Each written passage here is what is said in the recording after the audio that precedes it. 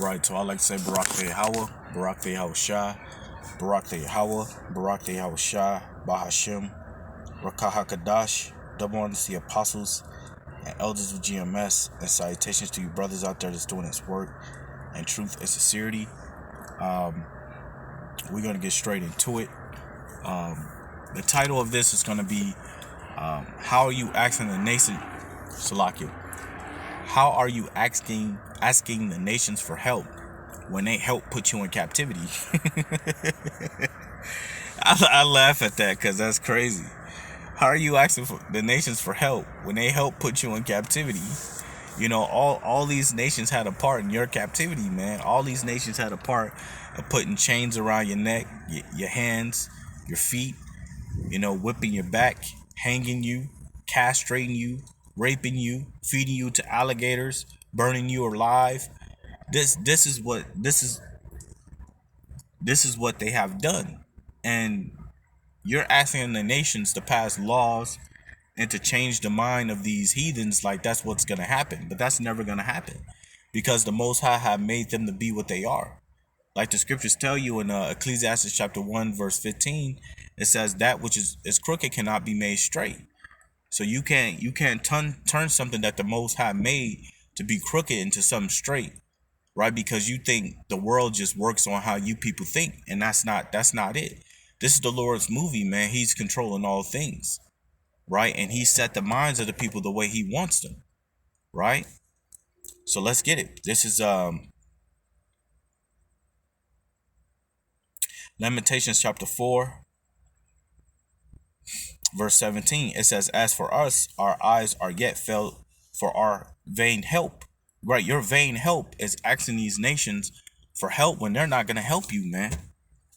They're not going to help you, right? Because guess what? To them, you still a nigga, you still a spick, and you still a native nigga, right? And you're gonna be that until the Most High puts you back into power, because this is your captivity. According to the book of Isaiah chapter 5 verse 13, the scripture says, for ye have went into captivity because you have no knowledge. You have no knowledge. Why are you in captivity? Because you will not keep the commandments of the Most High.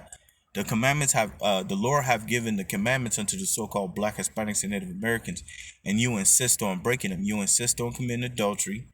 You insist on being lovers of money. You insist on loving your enemy, trying to find equality, and this is why you niggas are still getting put in the grave. This is why you niggas are being choked out, knee to your chest, can't breathe, put into hog ties, right? Being kidnapped, being hanged. These things are happening unto you because you have not realized who your enemies is, right? And the scriptures tell you in Nehemiah 5 and 9, for the heathen are enemies. So you going into a nation that cannot save you, right? So again, Lamentations 4 and 17, as for us, our eyes has yet fell for our vain help, and are watching. We have watched for a nation that could not save us. So you're watching for a nation that can't save you. Where are the Russians, the Chinese, the Japanese, the so-called Africans, the Arabs, right? Where they at? They're not helping you people. They only give a damn about themselves. So you need to give a damn about yourself. But you niggas are too ignorant to see what's in front of you, man. Because why? You're blinded because you have a so-called white friend, or a so-called Chinese friend, or a so-called Arab friend. But like the scripture stated, they're going to go back into their own people, right? When this hell start breaking loose, they're going to skip you right back to their own people, man. And your ass is still going to be fucked. And excuse my language, but you going to be fucked. It says, for a nation that could not save us, they hunt our steps, right? They find any excuse to lock you niggas up, man. They find any excuse to lock you. You can have a tail light off, right? One of your headlights are off, right? You could be chilling, right, with a couple of your buddies on the streets, and they find excuses to pull you niggas over and lock you up, man. It says they hunt our steps, that we cannot go in our streets. Right, you got Jake, man. Jake hop into a vehicle, he drives off, he's getting stopped. Before you know it, he's on the 7 o'clock news. He's on the 7 o'clock news. He has been assassinated. And it's funny, man, because it's like you niggas just not realizing who your enemies are, man. It says they hunt our steps that we cannot go in our streets. Our end is near, our days are fulfilled, for our end is near. The prophecy states that you will have no insurance of your life, man. Jake out here, so comfortable that at any moment you could get put to death. And it might not be from a car crash, right? It might not be from a heart attack. It might not be from a brain aneurysm. It might not be from a stroke, right? It might not be from some poisonous snake, some poisonous scorpion, but it might just be by that so-called white man. It might just be by that Edomite, man. Right? It might just be by some devil who sits in his house all day talking about how much he hates you niggas, man. Eating ice cream, right? Eating ice cream with two guns, right? With two guns on the table, a rifle sitting at his lap, with a pointed mat, with a pointed white cap. And he's saying how much he can't wait to kill a nigga, right? And he eventually does it. See, this is what's wrong with you niggas, man. You niggas believe just because they pass laws, you all into the goal, man. And then you get advice from these old niggas that did nothing but kiss ass, man. These old so-called black leaders, they're the same motherfuckers when your ass was in captivity plotting on killing the masters. He snitched you out. Them are your leaders, man. So again, Lamentations 4:18. They hunt our steps that we cannot go in our streets. Our end is near. Our days are fulfilled, for our end is come. Our prosecutors are swifter than the eagle. Right? And what represents the eagle? America. Of the heaven, they pursued us upon the mountains. They laid wait for us in the wilderness, man. So this is what they're about. So you seeking you seeking to be equal or to be so-called friends with your enemies, and your enemies are doing nothing but turning your back. Like I said, man, I have a testimony, and I believe I brought this up in one of my videos, man, a long time ago. And I was living in Las Vegas, so I'm gonna get to it. I was living in Las Vegas, man, and I had this so-called white friend, right? His name was Randy, and I used to go to his house, and we used to chill, play games. His parents would make food, man, and hey, here you go, you can have some food. And I'm like, cool. And I would say no more than few months after that, some gook started coming around, and this gook was out of control. He was throwing shit, stealing shit. We would go to the grocery store just to buy some candy and shit, and he'd just be all over the place. So I told Randy, I said, and at that point it was already in my spirit that I didn't want to get in trouble, because I started recognizing that, look, these so-called white people, they hate us, and I recognized that when I was at the age of 12, 13 years old. I started to notice like evil looks from the so-called white people. Right, I started noticing evil looks. I started noticing like disgust on their face. Those are the things I started noticing. So I started to like distance myself.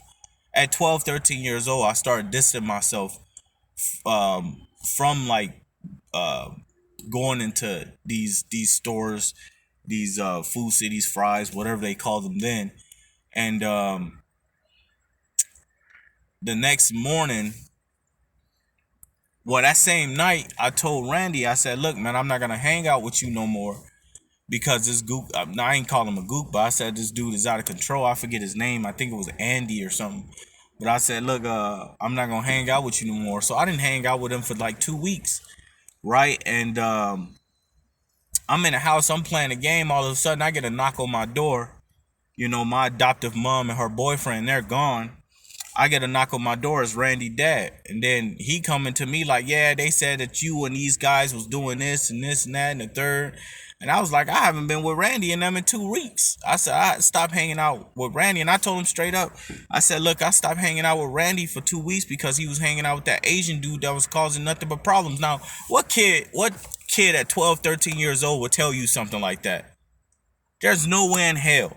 But because he was a so-called white man, you know, and he looked at me like, oh, well, they said that there was a black dude with them. I wasn't even, maybe that day, I was with them that day, but I stopped hanging out with him. And I didn't cause any type of problems, man. But, he didn't believe it. And then I was like, well, I'll see if he could talk to my adoptive mom boyfriend to see if he could deal with the situation, because he was another so-called white dude he might actually listen to. And he actually told him like, nah, he's been in the house for 2 weeks. They haven't been outside. They've been playing video games. He still didn't believe him. So, at that point I was like, fuck you, fuck you. If you're gonna act like I'm just lying about it, I'm like, fuck you. But it goes to show you how they really feel about you and look at you like you ain't shit. Like, oh yeah, you was a part of that. Like, you could, like, these so-called white people can't give you the benefit of the doubt. But we're made to be like that. We're made to be enemies, man. The scripture says, trust not your enemies. So he had a right to not to believe me, and I have every right to look at them the way I looked at them. Because now the scriptures, really have you come into an enlightenment of who you are around. You are completely around your fucking enemies, man. And you need to realize that, you so-called black, Hispanics, and Native Americans. So again, Lamentations 4:19, our prosecutors are swifter than the eagles of the heaven. They pursued us upon the mountains. They laid wait for us in the wilderness. Right? Because like I said before, all these nations at the end of the day have had you in captivity. And all these nations hate you. And it gets deeper than that. It gets deeper than that. But we're just going to get this and move on. Luke 21:24. It says, but woe unto them that are, Salakia. Luke 21:24. It says, and they shall fall by the edge of the sword and shall be led away captive. Who? You so-called black, Hispanics, and Native Americans. And to all nations. So unto all nations. All nations have had you in captivity. You was being sold unto all nations, man. And Jerusalem shall be trodden down of the Gentiles until the time of the Gentiles be fulfilled. So there you go. And we're just waiting on their time to end so we can come back into power. Right? So again, what you so-called Slovakia, what you so-called black, Hispanics, and Native Americans are doing is you asking for a nation, to help you, but they the ones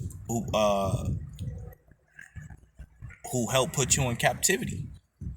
So you asking for a nation to help you, but they the ones who help put you in captivity. And again, that's what you need to realize, man, is that you are completely around your damn enemies. There's no way as a so-called black, Hispanic, and Native American, you walk into a store that's filled with nothing but so-called white people somewhere far out in Goodyear and Buckeye and, El Mirage and Sun City West and Surprise, and you walk into their store and don't feel uncomfortable. If you feel uncomfortable, that means your guard is totally down. Your guard is totally down. You know how you in war, they say always have your guard up, where your guard is down. And you know what happens when your guard is down? You get caught off guard, man. Right? And that's what happens to a lot of you so-called black, Hispanics, and Native Americans. You too comfortable around your enemy, and before you know it, your ass get caught off guard. But this is why the scriptures tell you this. Micah chapter 2 verse 10, the scripture says, arise ye and depart. So the scripture says, arise ye and depart. It says, for this is not your rest, right? This is not your rest. But you niggas are too far comfortable, man. Because it is polluted, it shall destroy you, even with the sword of destruction. That's exactly what it did. It have destroyed you, right? To make you believe that you are equal to your enemies. And that's not true. No matter how you look at it, you still, no matter if you making $100,000 a year, $1 million, $1 million, $1 billion, you still gonna be looked at as a nigga, plain and simple, right? So other than that, I like to say Barak Te Hawa, Barak Te Hawa Shah, Barak Te Hawa, Barak Te Hawa Shah, Bahashir Mukaha Kadash, double honors to the apostles and elders of GMS, and salutations to you brothers out there that's doing this work with truth and sincerity. I like to say Shalom.